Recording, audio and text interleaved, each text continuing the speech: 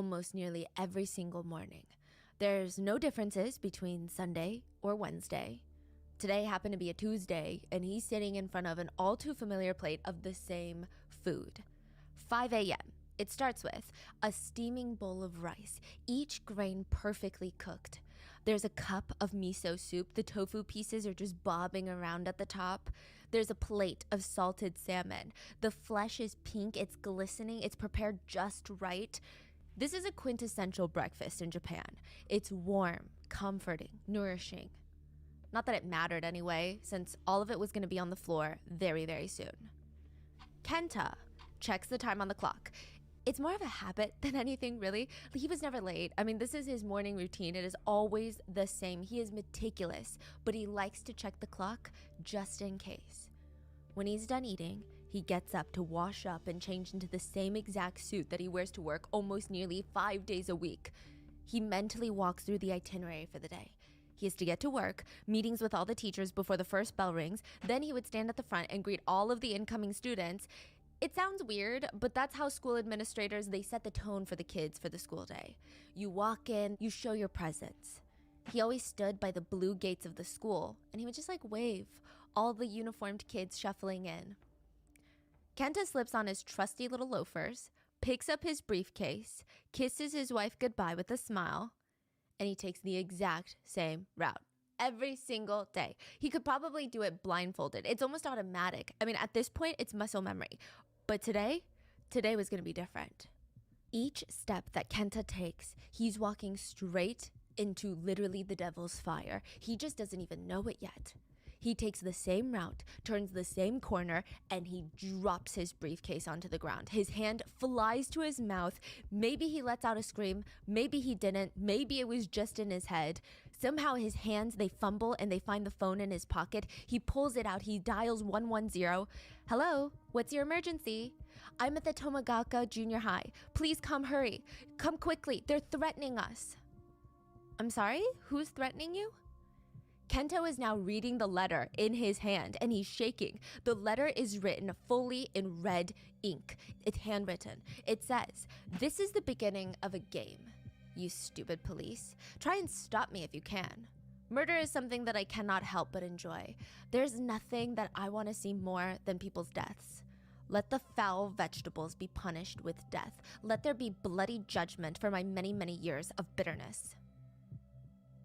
They say it's the beginning of a game. What does that even mean? The operator's trying to calm him down. Well, maybe it's a prank, sir. I mean, maybe perhaps one of the students left it behind. Where did you say you found the note? Did somebody deliver it? Was there a messenger? Kenta is looking straight at the messenger. On the blue metal gates of the school, right next to the school sign that reads Tomagaoka Middle School. And their motto, loved, ideal, school, we are best friends.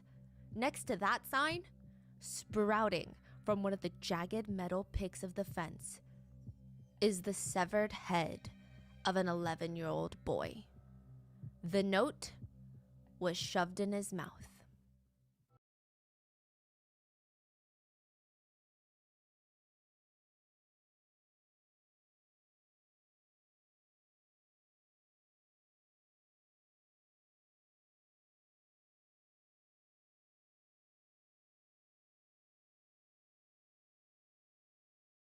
We would like to thank today's sponsors who have made it possible for Rotten Mango to support the Anti-Recidivism Coalition. The Anti-Recidivism Coalition is a Los Angeles-based nonprofit that aims to empower formerly and currently incarcerated people by providing a support network, comprehensive reentry services, and opportunities to advocate for policy change.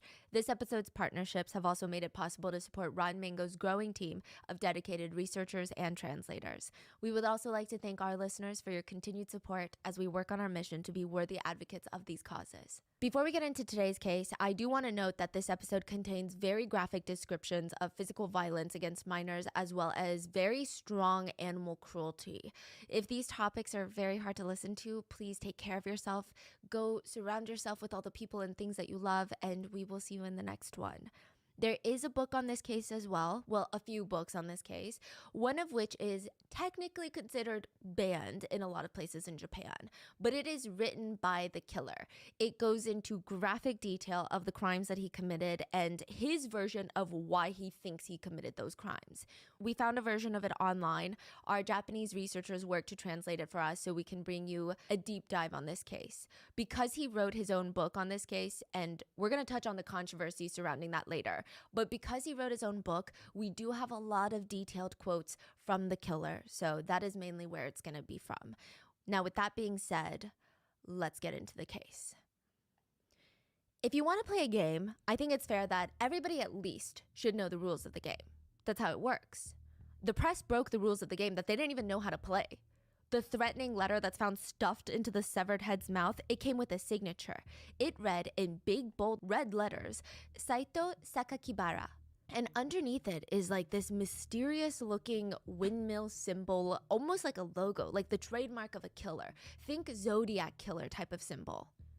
The press read the kanji, so like the Japanese characters for Saito Sakakibara, and instead of pronouncing the way that he intended, the killer intended, because the kanji could mean other words, they stated to the public that the killer's name was Saito Onibara, which would be a more common surname. Onibara is a more common name, which technically the mispronunciation was due in part the killer's fault. They never clarified how to pronounce his name, and it's not a normal Japanese surname.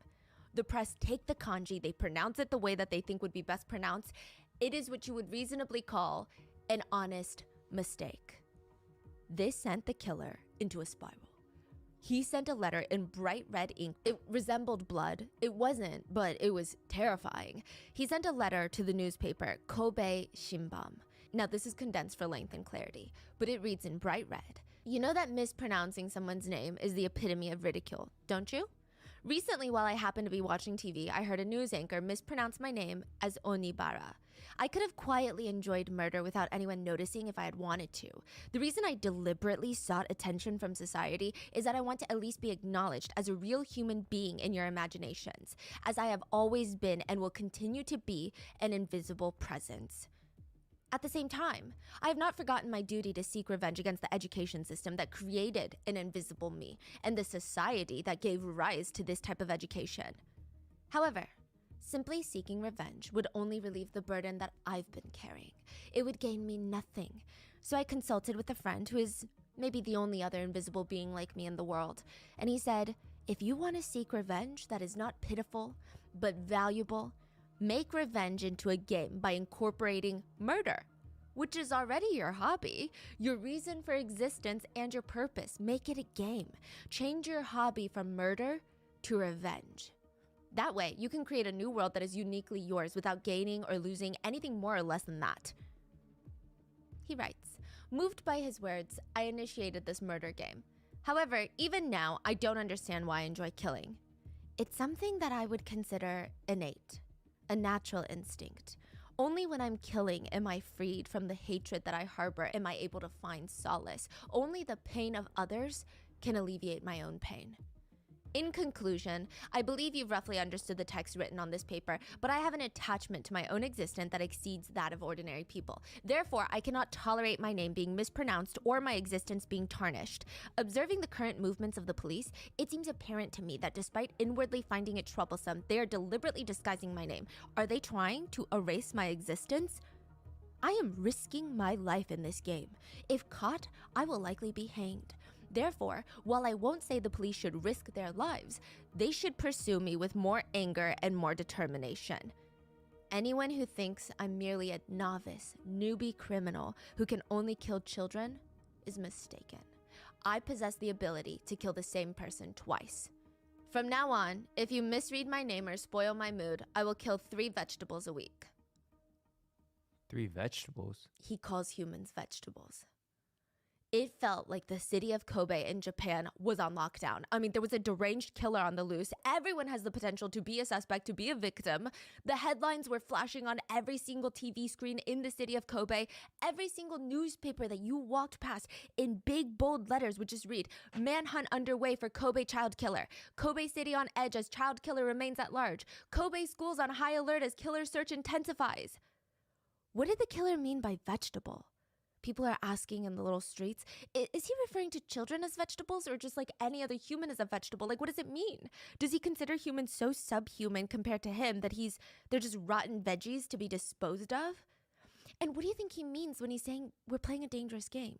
A game of not getting caught? Is that what he's referring to? Why does he keep saying he's invisible? I don't get it. Why does he blame the school system? Is it because it's like too strict, too high pressure for young children? Does he have trauma from that? Chief Investigator Yamashita told the press that his initial reaction to the news of a severed head being found at the local middle school, he said, Allergies can pop up anywhere. Live Claritin Clear. Attention! You have a chance to win a scholarship that covers full tuition valued at up to $100,000. When I first got that call, I couldn't believe it. I kept saying, are you sure? Are you sure it's not a doll? Are you sure it's not a mannequin? Like, how are you so positive? He had never seen anything like this before. And the citizens start freaking out even more. The chief investigator said he had never seen anything like this before. What does that mean? After a few days, schools in Kobe had to reopen back for students. But even then, each school, it felt like the Pentagon. Heightened security and police presence around the perimeter. I mean, the gates would open exactly at 8 a.m. By that point, all the students are waiting outside by the main gate, each standing next to their heavily protective parent. There is tension at every drop-off, every pickup, so much tension. The gates would open. The students would quietly, without saying a single word, shuffle inside directly to their seats. There would be no roaming about. There would be no getting in some light exercise around the schoolyard. They would go directly to their seats. The gate, which normally stays open, would be slammed shut, triple locked, and there would be a guard at stand. Students would have emergency drill practices. They would drop math classes to take impromptu personal safety stranger danger classes. At 4 p.m., the school gates would be unlocked once more, and all the students would be ushered out to their parents who were just anxiously waiting for them. Parents would rush up to their child who's in uniform, snatch their hand, and beeline it directly home. No stopping by the playground, no stopping by a friend's house. Immediately, we're going home. If kids, and that's a very big if kids were allowed to play at playgrounds, there was like a force field of parents surrounding them, just on pins and needles. You come back here. How many times did I tell you to stay inside? That's enough. We're going home. They would grab their kids' hands, rush them past all the newspaper stands, and they would read, Kobe residents live in fear as killer remains unidentified. If the police just had a general idea of who to look out for, a rough composite sketch, I mean, that would have erased a lot of the tension for the residents. But all they had was a severed head, lengthy, terrifying, threatening notes that are reminiscent of the Zodiac killer in the US, and one singular witness. A man who was near the school gates before the head was found stated that he saw something very odd. He saw someone very strange. He said that they were behaving just very bizarrely. He said, I think I saw the killer. I think he was carrying one of those plastic bags under his left arm, and the other one he was holding with his right hand. I would say that he's maybe mid-30s, mid-40s. 一つは左小脇に抱えてね、一つは40半ばから40ぐらい。 Fresh newspapers would hit the stands, all in big bold letters. Suspicious man holding plastic bag. But there were still 2 unanswered questions that would keep residents up at night, laying in bed. And they're wondering, 1, who is Seito Sakakibara? And where's the rest of the boy's body? And who is the boy? Exactly. Do they know? They do know now. Yeah. Shinichiro, I'm going to call him Shin, his eye twitched and his hand reaches for his pocket. Even just knowing that the scissors are in his pocket, it's easing a lot of his anxiety. He started carrying weapons around with him since he was in elementary school, but now it's coming in handy. He wrote in his journal, I can ease my irritation and anxiety when I'm holding a survival knife or I'm spinning scissors in my hand like a pistol. Being a middle schooler in Kobe is not a great time right now. I mean, he's nervous. Things rarely ever made Shin nervous. He is the oldest son in the family. He takes it seriously. It is his job to be the tough guy in the family. He thought he did pretty well. He's got these 2 younger brothers, and every time there's a cockroach, every time there's a bug, he would be the one to kill it for his little brothers. But somebody left a severed head on his school gate, impaled on a metal rod. Shin went to that middle school. In his 3 years of being a student, Nothing like this had ever happened before. And the killer is just pretty much guaranteeing to the world that it's going to happen again. Like, what was it that they said? It was some unique phrasing. I'm going to destroy 3 vegetables per week. Sheen's parents reassured him, don't worry, Sheen. You're going to be fine. As long as you don't bike to school anymore, you take the most traveled streets, we're going to walk you to class. Don't talk to any suspicious men in their 30s or 40s, and you're going to be fine. They're just trying to fearmonger you right now. Sheen would be fine, right? But he's not convinced by any of this because let's be real. How in the world do you avoid every 30 to 40-year-old strange man? How do you not know if it's the salary man buying rice balls next to you at the convenience store? Like, how do you know if it's not the nice-looking guy walking his small dog at the park? Sheen had taken to switching to the other side of the street whenever he passed someone who even slightly fit the description of the killer. He's not trying to take any chances. And there's like only one thing that would comfort him at night. It was something that his mom had told him years ago, like when he was a kid, elementary school. And every time Sheen would be anxious about going to class or participating in any social activities, his mom would lean down, get in his face, pat his hair, smooth it, put it behind his ear, and say, Shinichiro, if you're ever nervous, just imagine that everyone around you is a vegetable. Wow. Shinichiro didn't have a lot of friends to talk to in his life. I mean, the ones he did, he took really good care of them. He was very sweet with them, very delicate. He was never rough around them. He was washing one of his friend's hair in the shower, and he really liked doing that for people. His grandma used to do that for him. It was soothing in a way. It's relaxing. Shin is a middle schooler, you said? Yeah, 14. 14. Sheen would tell his friends about the newest anime he was watching or the manga that he was writing himself. And afterwards, he would help the friend dry off and comb through the knots in his hair. It's like he ran his own little personal hair spa. Now, all I have to do is comb through all the tangles. You need to brush your hair more. Do you brush your hair at home? Ow, this is so painful. Can you please be gentle? Ow. Shh. It's not that painful. Besides, you look so much better now. More fresh. And I'm almost done. Shinichiro smiles at his friend's soft face. His cheeks are so plump, his eyebrows are naturally thin, and his skin is so thin that it's so delicate. It almost has like this translucent quality to it. You can see all the veins. He always had this slight scent of peaches as well. It was always so sweet. He was one of the prettier kids in school. They said that he had the face of an angel. That's what all the teachers said. Shin or the friend? The friend. Mm. Shin finishes combing up the friend's hair, and he picks his friend's severed head off the bathroom counter. And he hums while he gets a chair to lift up one of the ceiling tiles. So in his room, the ceiling tiles, they push up and he can hide stuff in the ceiling. He gets on the chair and gently places the head in the ceiling. Shh, I know you don't like the dark, but I'm going to be back soon. He's about to lower himself back into the bedroom, but he notices something on his friend. He pokes his head back up, grabs the napkin from his pocket, and wipes off some of that thick white liquid from his friend's face. What is that? He's a necrophiliac. Oh. Oh, no. There. What a pretty little vegetable. Shinichiro's safe space was his grandma's vegetable garden. He would just stand in the vegetable garden staring at the unharvested carrot leaves just poking out of the soil and the tiny little plump tomatoes on the vine. I mean, too bad she was dead. He really missed her. Yeah, grandma was his favorite. Shinichiro walked into the house from the garden and he found himself in his grandma's house all the time. Like, he went there quite often, just going through her things, reading the little notes that she left behind, sitting on her bed, staring out the window, wondering, what would she be doing if she were still alive? Grandma was all he had. And boom, he falls to the ground, wakes up, there's tears dried on his face, his skin feels tight as if his face was covered in tears that were now dried. He had fallen to the floor of Grandma's room and passed out. He didn't know how long he was out for. He slowly got up, he felt something very off. He felt exhausted, he felt depleted, like every soul, every energy in his body had just exited.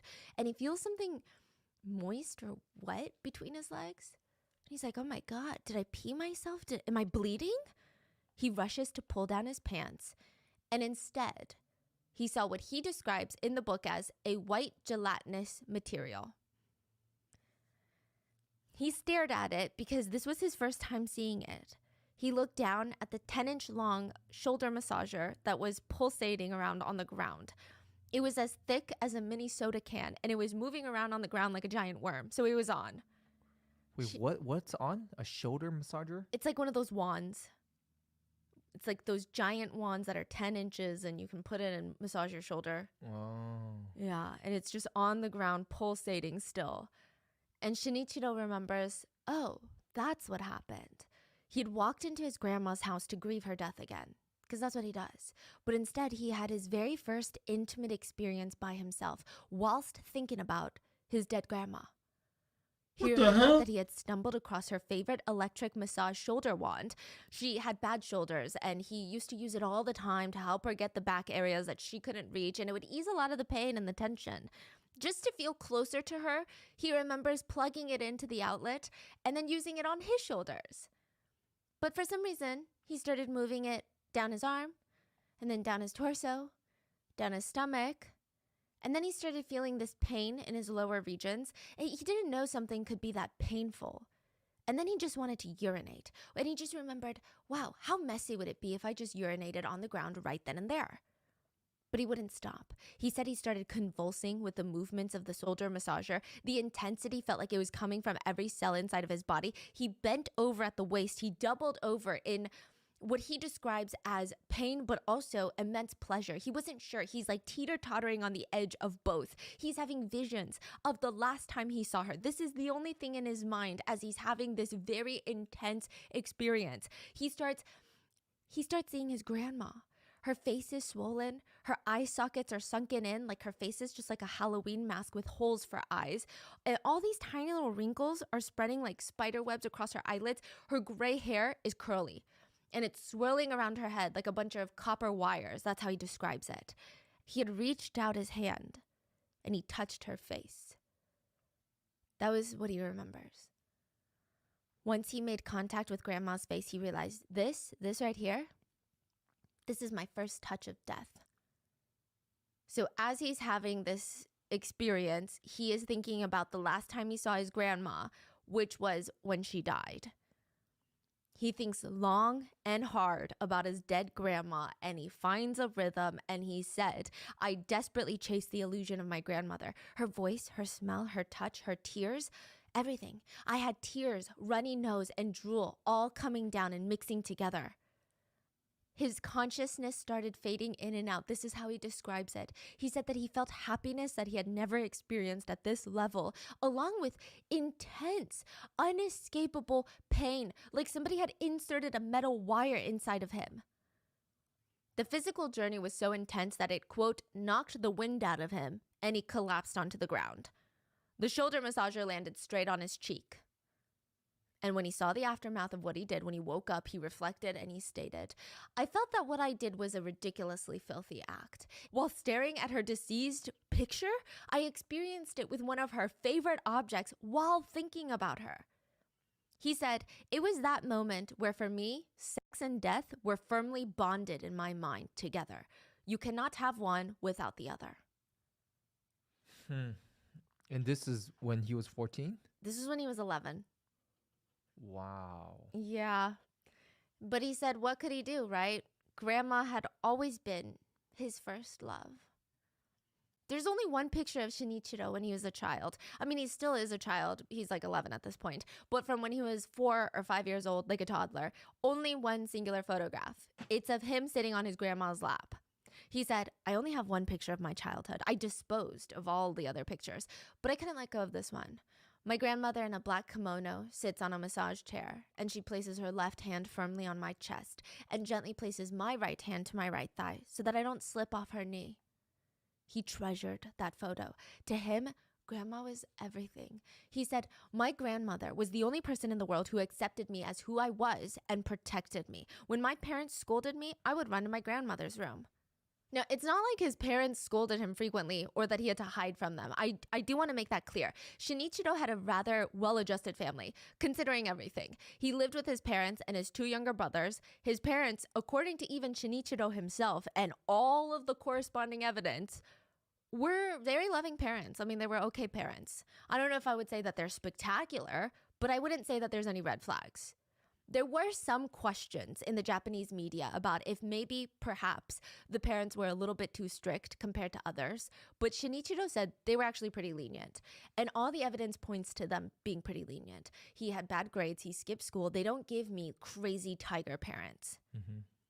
But growing up, he remembers his dad would let him chew on his palm when his teeth started growing in as a baby. So he'd chew on his dad's palm. Shinichiro said that his mom's smile was one of the best things you could look at. So he would always beg her to watch comedy movies with him. He doesn't even like comedy movies, but he just loves seeing her smile. She would be looking at the TV. He would be looking at her. But he never left the house to hang out with any of his family members. Unless it was to go see grandma. You don't want to come out and eat with us? We're going to eat your favorite thing. Like, we're all going to go to your favorite restaurant. Shinichiro wouldn't even respond. He would only get excited when he was told, hey, we're going to grandma's. Like, why would he need to hang out with kids and go to the movies when he could take baths with his grandma? Okay, it sounds weird now knowing what he did, but the baths were actually very innocent. His grandma would just scrub the dead skin off of him with a rough soapy towel, and he said she scrubbed my face so hard each time that I would close my eyes and hope that it would be over very, very soon. Even if his face was completely red and raw after his bath, Shinichiro would be grinning from ear to ear. His grandma was the one who gave him strength. He said one day when they went to the park, he had this sudden urge to impress his grandma. He just wanted to wow her. So he scans his little head around and he spots the tallest tree in the park. He walks right up to it, and without even feeling an ounce of fear or hesitation, he starts scaling the tree like a little spider monkey. He never once looked down, just climbing higher, higher, higher until he's at the very top. He sits down on a thick, very shaky branch and he looks down at the crowd below him. It is massive. Like, it's a park and he's at the very top. He could see the bikers, passing through the route, people walking their dogs. The air felt breezier up here, more windy. And he saw his little grandma standing near the base of the tree, and her hands are like grabbing at her cheeks, her forehead, her mouth, and she's self-soothing herself, literally. At first, Shinichiro was confused because, why aren't you proud of me? I just climbed the tallest tree in the park. But he made his way down and she burst into tears. She was so worried he would fall or that he would die. And he tried to comfort her. Grandma, it's okay. Everything's okay. I'm okay. Shinichiro would hug her and she would just sob in his arms while he kept apologizing. I'm sorry. I'm never going to do that again. I'll never scare you. That day, it really solidified two things for Shinichiro. One, grandma is his whole world. Two, he was grandma's whole world. And three, but to the rest of the world, nobody gave a flying fork about Shinichiro. Like, zero. And that's not to say it harshly. It's just the truth. Like, not... Alright, this is going to be the end of the stream. I was just doing a different version of this drawing for TikTok, because that's stronger community guidelines. So, yeah. If you like what you see, feel free to follow me on Instagram, Twitter, Tumblr, TikTok, Twitch, YouTube, and Patreon. I'll be creating a video for this. I'll be posted on TikTok and all that stuff. So if you want to see the full artworks, feel free to follow me on my platforms. Links in the bios. Bye. Hope you guys have a good one. See you soon. And then the next drawing, I plan to do tomorrow. Alright. Bye.